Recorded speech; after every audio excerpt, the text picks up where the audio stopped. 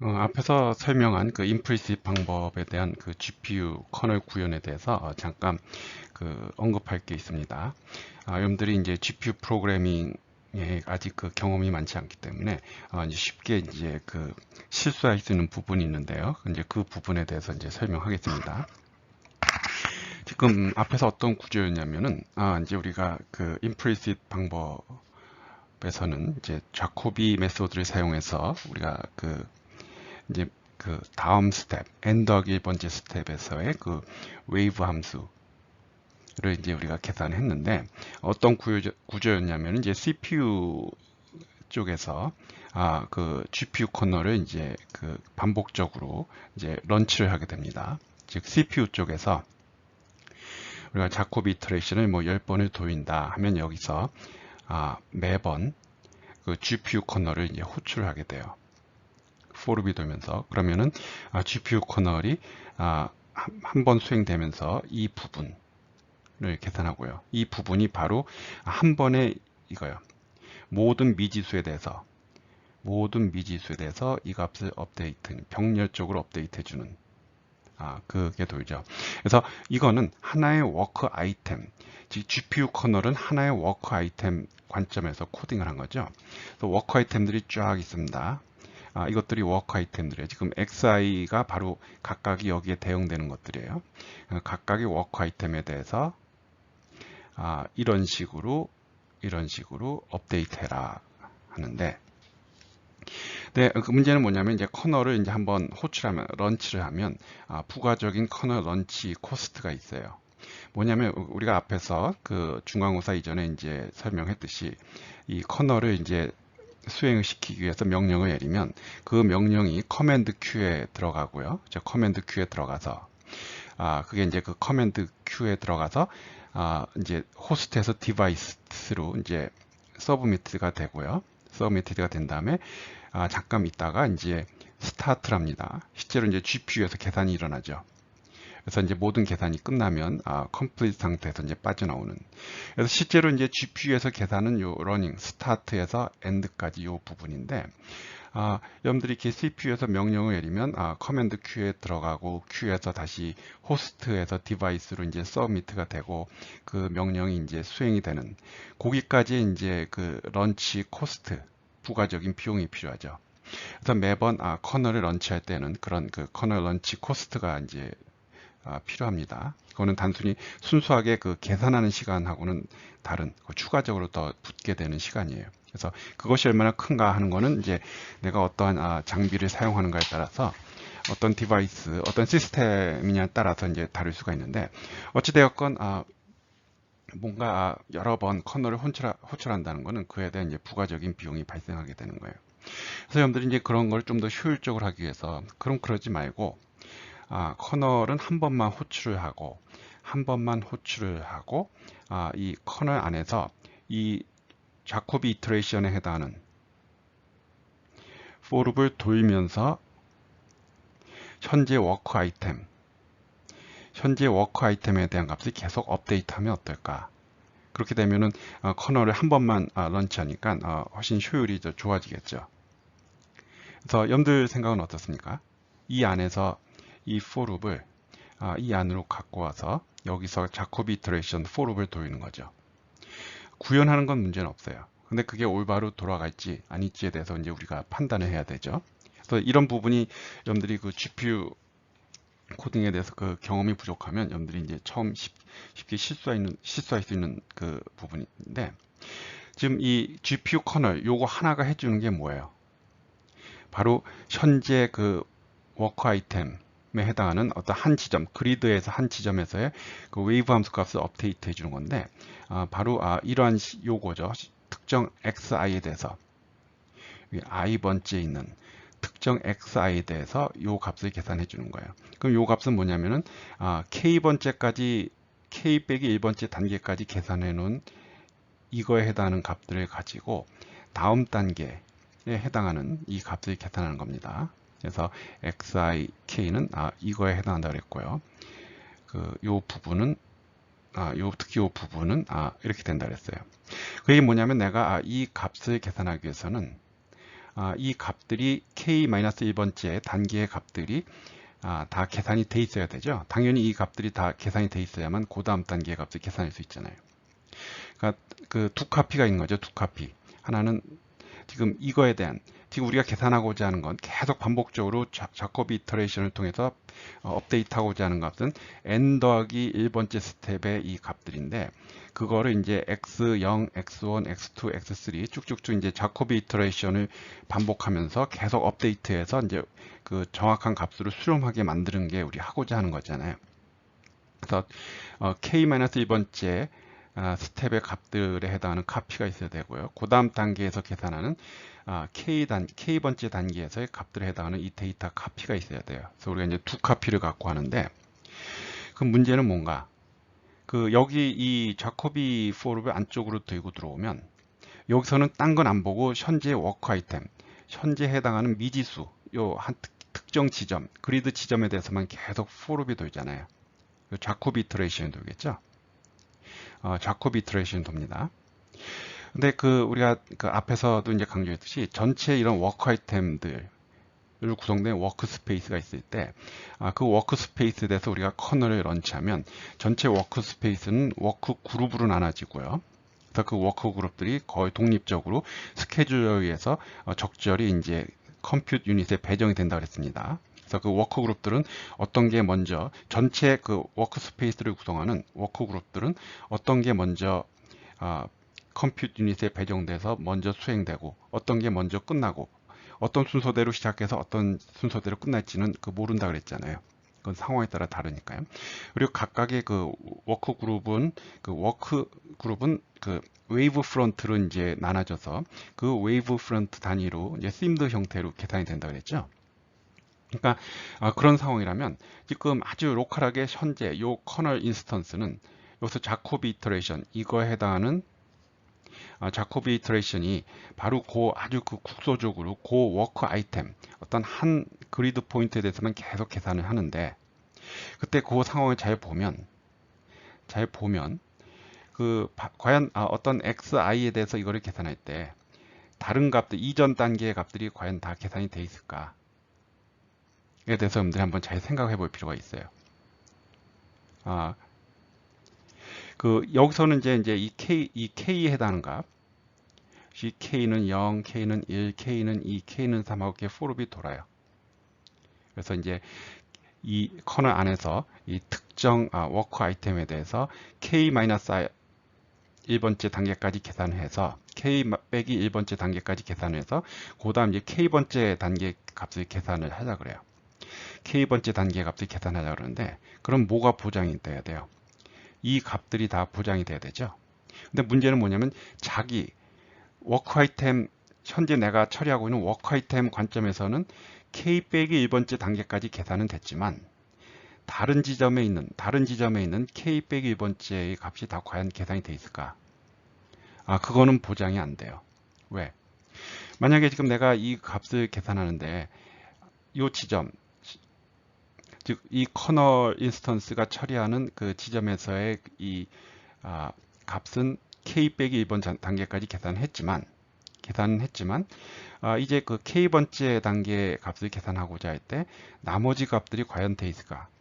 만약에 어떤 특정 값이 내가 처리하고자 하는 워크 아이템에 속한 워크 그룹이 아니라 바로 옆에 워크 그룹에 있다면 이 값이 내가 속한 워크 그룹이 아니라 내 옆에 있는 워크 그룹에 속한 값이라면 그 값이 현재 계산되어 있으라는 보장이 없죠.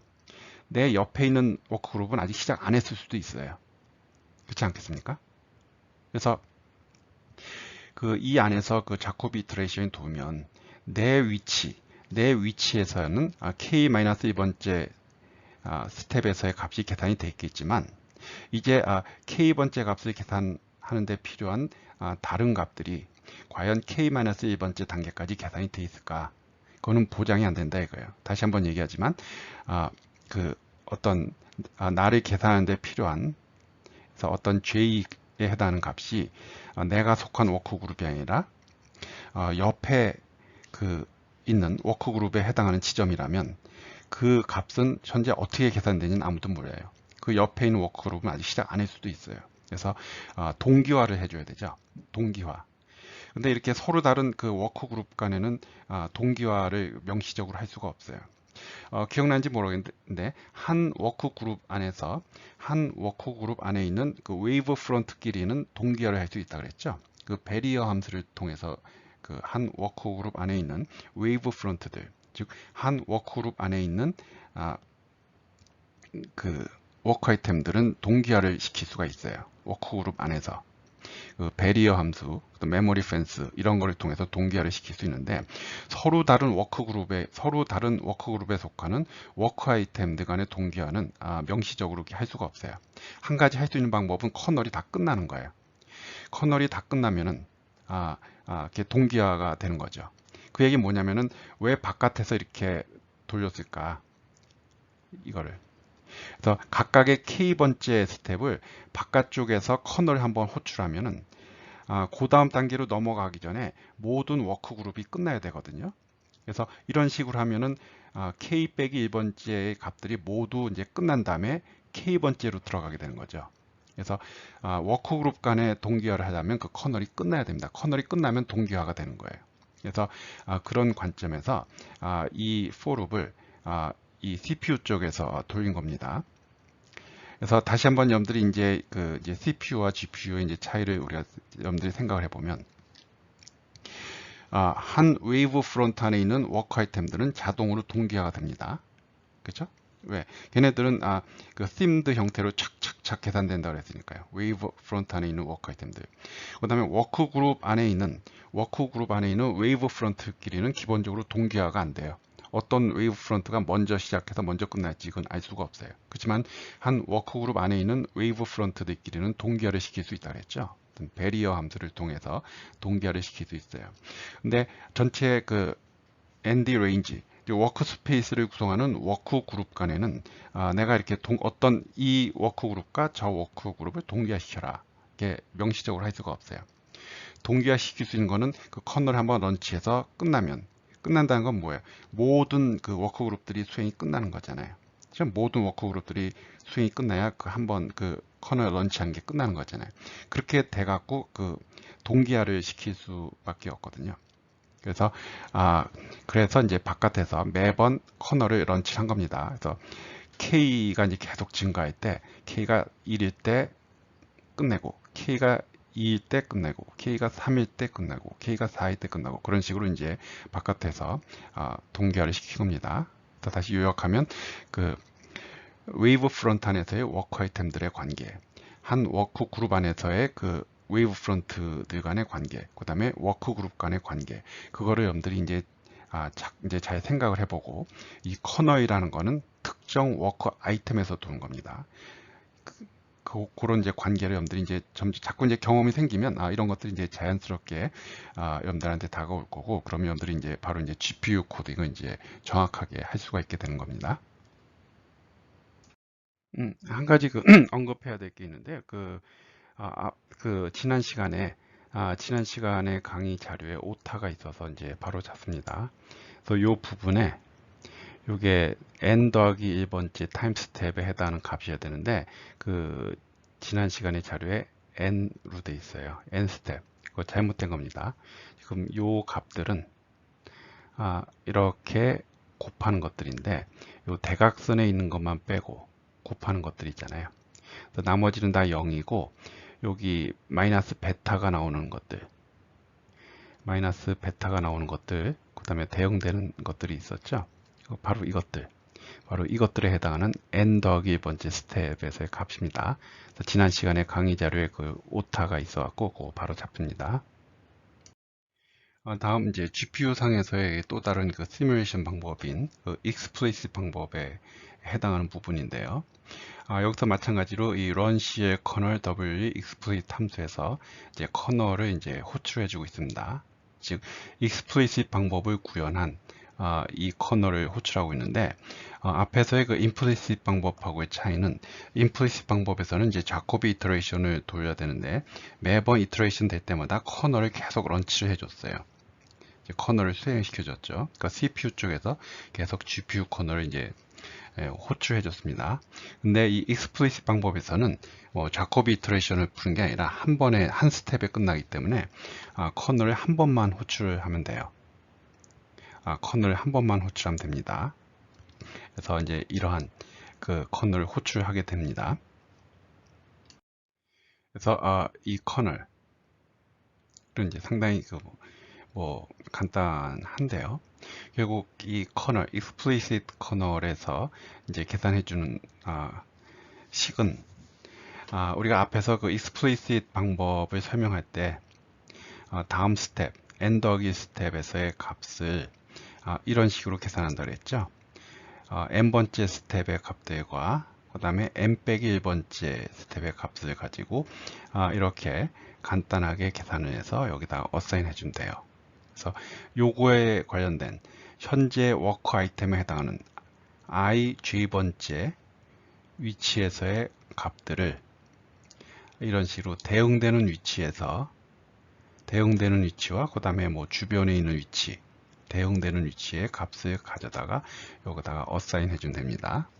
마찬가지로 여기 바운더리 컨디션에 따라서 항상 바운더리는 0 값으로 놔두는 그 부분이 있고요. 그래서 다시 한번 이야기하면 그 implicit 방법은 그 커널을 매 자코비 이터레이션마다 반복적으로 호출을 해줘야 되고요. explicit 방법을 사용할 때는 이 커널을 한 번만 런치 해주면 됩니다. 이제 마지막으로 CPU 상에서 작동하는 implicit 방법에 대해서 이제 잠깐 살펴보도록 하겠습니다. 즉 CPU 상에서 우리가 자코비 메소드에 기반을 둔 implicit 메소드를 이제 우리가 구현을 할 건데요. 지금 앞에서 설명한 display 함수에서 이 함수를 호출하면 CPU 자코비 웨이브 이퀘이션 이 함수에서 자코비 W라는 함수를 호출해요. 그러면 이 함수는 GPU 커널이 아니라 CPU 코드입니다. 즉 CPU 상에서 그 자코비 이터레이션을 계산해 주는 함수예요. 그리고 여기 이제 각각의 이제 그 타임 스텝, 넥스트, 커, 프레브에 해당하는 웨이브 함수 값을 저장해 주는 메모리 영역은 버퍼 오브젝트가 아니라 CPU 메모리 영역입니다. 거기서 이제 자코비 이터레이션이 수행이 되는 거죠. 모든 인덱스 ij에 대해서 여기 1부터 빼기 2까지 가죠. 이게 부등호니까 빼기 2까지 가는데 즉 0일 때와 빼기 1일 때는 바운더리 컨디션에 의해서 0 값을 가지니까 계산할 필요가 없고 요 내부 영역의 그리드에 대해서 위치에 대해서 이제 그 자코비 이터레이션에 해당하는 내용 이제 여러분들이 계산을 해주면 돼요. 그래서 요 내용도 여기까지만 내가 얘기를 하겠습니다. 나머지 부분을 여러분들이 이 내용을 채워서 한번 제대로 작동하게 한번 해보면 될 것 같아요. 그래서 여러분들이 이제 GPU 상에서 돌아가는 implicit 메소드, 그 다음에 CPU 상에서 돌아가는 implicit 메소드에서 여러분들이 충분히 이해가 된다면 GPU 코드와 CPU 코드는 이러한 차이가 있구나.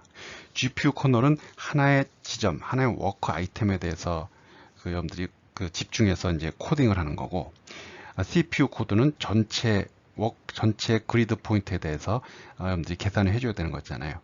다시 한번 얘기하지만 GPU 커널은 한 그리드 포인트, 즉 워크 아이템에 대해서 이제 계산하는 거를 여러분들이 코딩해 주는 거고, CPU 코드는 전체 그리드 포인트에 대해서 계산을 해주는 그런 차이가 있잖아요. 그래서 여러분들이 아직도 이제 이런 GPU 코딩에 이제 익숙하지 않을 테니까 뭐 경험이 많지 않아서 이러한 과정, 이러한 부분을 여러분들이 한번 이해를 해봄으로써 어떤 GPU 코딩에 대한 어떤 이해도를 상당히 높일 수 있을 거라 믿습니다. 그래서 지금까지 우리가 이제 세 가지 방법, GPU 상에서의 implicit, CPU 상에서의 implicit, 그 다음에 GPU 상에서의 explicit 세 가지 방법에 대해서 이론적인 부분과 그 다음에 이제 어떻게 구현할지에 대해서 살펴봤는데, 이 모든 것들이 여러분들이 생소한 거를 이제 처음 배우다 보니까 굉장히 이제 어렵고 이제 뭐 헷갈릴 수도 있고 막 그럴 거예요. 근데 여러분들이 지난 시간의 강의 자료 그 다음에 오늘 한 강의 내용도 좀 반복적으로 자꾸 이렇게 좀 내용을 좀 이해를 하려고 노력을 한 다음에 한번 여러분들이 이제 관련된 부분을 구현을 해보면 여러분들이 어떤 이런 GPU 프로그래밍 또는 수치 컴퓨팅에 대한 어떤 자신의 능력치가 확 올라가는 것을 여러분들이 알 수 있을 겁니다. 조금 이제 고생은 할 텐데 그 고생하는 과정에서 여러분들 그 능력이 실력이 올라간다는 것을 여러분들이 좀 잘 생각을 하고 좀 열심히 해보기 바랍니다. 앞에서 설명한 그 세 가지 방법을 구현해서 한번 시간을 측정해 봤습니다. 그래서 첫 번째 이제 사용한 그 장비는 내가 사용하는 애플 그 맥북인데요. CPU와 GPU의 사양은 이렇습니다. 그래서 GPU는 뭐 앞에서 설명한 이 AMD GPU고 CPU는 이제 코어가 6개인 8개 코어가 8개인 이제 CPU예요. 그래서 실제로 이제 어떤 결과가 나는지 보면 여기서 이제 그리드의 해상도를 이렇게 점점 높여가면서 해봤어요. 이게 M이 64, 128, 256 이제 이런 식으로 증가시키면서 그 실험을 해봤는데 여기 자코비 이터레이션을 10번 돌 때 또는 6번 돌게 했을 때 CPU와 GPU에서 각각 임플리시트 방법을 시간을 측정했을 때 어떤 차이가 있는가 한번 봤어요.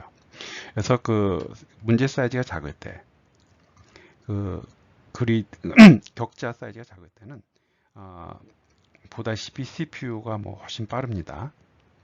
이게 CPU 속도가 프레임 레이트입니다. 단위가 이제 프레임 레이트인데 프레임 레이트가 훨씬 더 빠르고요. 근데 한 이 정도 되면 그 그리드 해상도가 256일 때만 해도 CPU가 이제 더 빨라요. 뭐 이 경우도 그렇고요. 근데 이제 그리드 해상도가 512가 되면 GPU가 이제 역전을 해서 더 빨라지기 시작합니다. 이 경우가 512 이렇게 나눈 거니까 대략적으로 그 미지수, 우리가 자코비 이터레이션을 돌 때 미지수가 대략적으로 2의 구승 곱하기 2의 구승이거든요. 그만큼의 격자점들 있죠. 대략적으로. 그러면 이제 그 2의 구승 곱하기 2의 구승은 2의 18승이니까 256K 한 25만 6천 개 미지수가 즉 선형방정식 시스템의 크기가 대략적으로 25만 6천 행 25만 6천 열 정도 되면 이제 GPU가 이제 빨라지기 시작합니다. 그 다음에 뭐 예를 들어서 그 격자 해상도가 1024다. 그러면 미지수 우리가 선형방정식 시스템 자코비 메소드가 풀어주는 선형방정식 시스템의 미지수의 개수가 약 100만 개 1024 곱하기 1024니까 100만 개 정도일 때는 이제 역시 이제 GPU가 더 많이 이제 빨라지기 시작하고요. 그래서 점점 사이즈가 커질수록 GPU와 CPU는 이제 이렇게 차이가 나게 됩니다.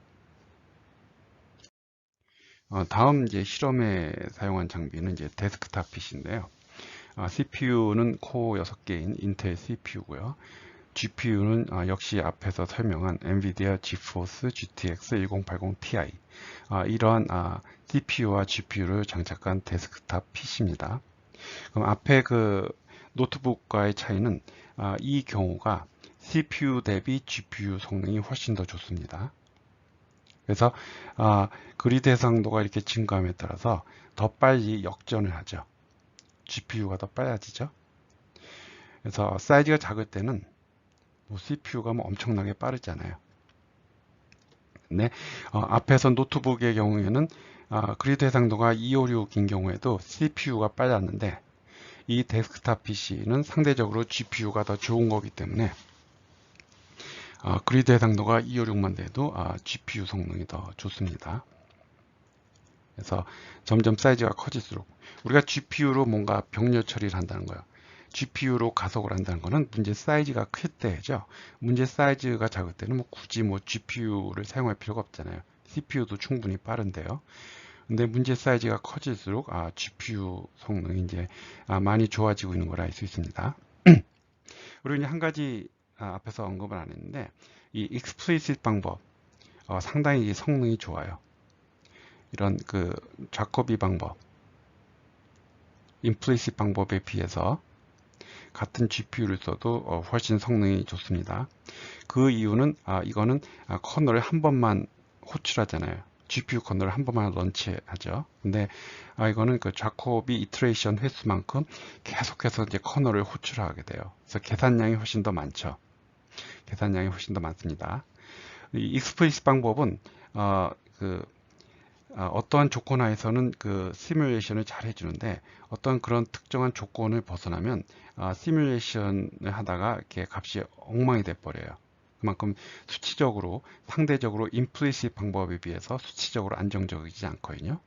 그래서 어떤 아주 그 좋은 조건 하에서는 시뮬레이션을 잘 해주는데 조금만 좀 뭐랄까요, 좀 시뮬레이션하기 어려운 조건이랄까요? 그런 조건 하에서는 좀 잘못된 결과를 생성을 해줘요. 그래서 우리가 훨씬 더 수치적으로 안정적인 그 임플리시트 방법을 사용한 거였거든요.